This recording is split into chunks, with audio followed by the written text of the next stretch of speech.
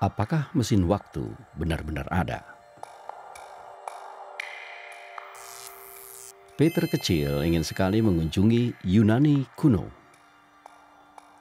atau berjalan-jalan dengan nenek moyang kita. Atau mungkin melihat dinosaurus secara langsung.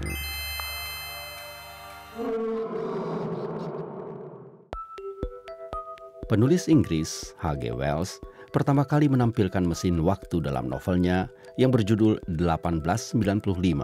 Diterbitkan pertama kali pada tahun yang sama. Dalam novel itu, penemu mesin ajaib pergi ke masa depan yang jauh dan suram.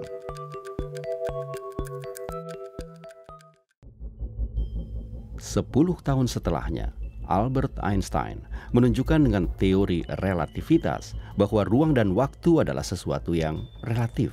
Artinya, perjalanan waktu teoritis mungkin bisa dihitung dengan ilmu fisika. Lubang hitam memperluas ruang dan waktu. Waktu selalu berjalan lebih lambat bagi orang yang mengamati, semakin mereka mendekati perangkat gravitasi. Bagaimana jelasnya? Mari kita kirim Peter kecil menempuh perjalanan waktu.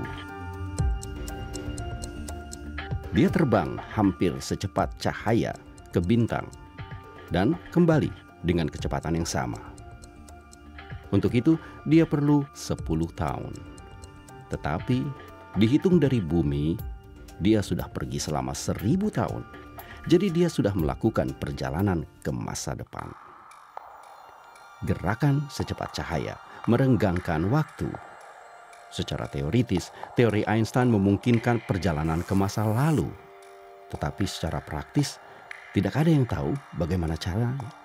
Karena jika Peter kecil pada masa lalu jatuh cinta pada ibunya, lalu mereka menikah dan punya anak, bagaimana jadinya?